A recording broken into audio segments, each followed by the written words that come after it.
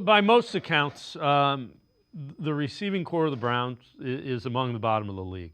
Who are some guys that you think could take a step forward this year? And either the rookies that are kind of the undrafted draft picks from last year. Who are some guys you're kind of paying attention to that you think could take a step or two forward for the Browns receiving core? Well, I mean, Jamar Thresh is certainly the guy who's got the early favorite from that standpoint, given that he's been in the system for a year.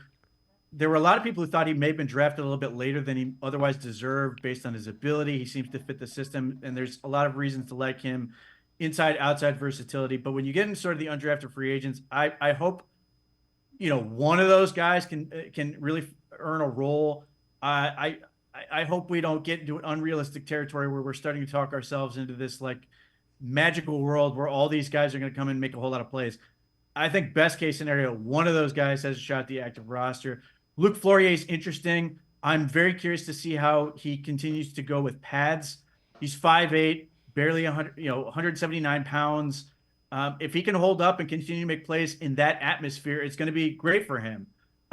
If it's Keyshawn Johnson, he's more of an X outside type receiver who can do some things with size. He's at least intriguing. Cade McDonald has some of the same qualities as Luke Flourier. He's a little bit bigger, but it doesn't seem like he's sort of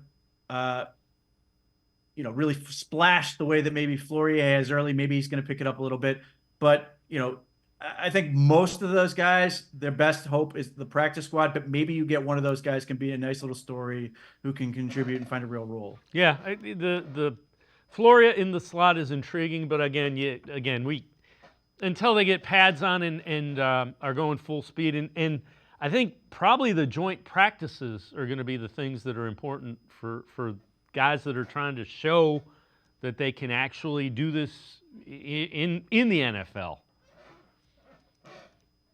Yeah, I mean, there's two elements at work here. How good is the Browns defense? I mean, if they're really suffocating defense and somebody Luke Flourier is doing really well, that could mean really good things. And maybe we get to the joint practice with either Carolina or the defending Super Bowl champions, and it's confirmation that he really is a good player. Maybe has a great practice against Carolina or something like that.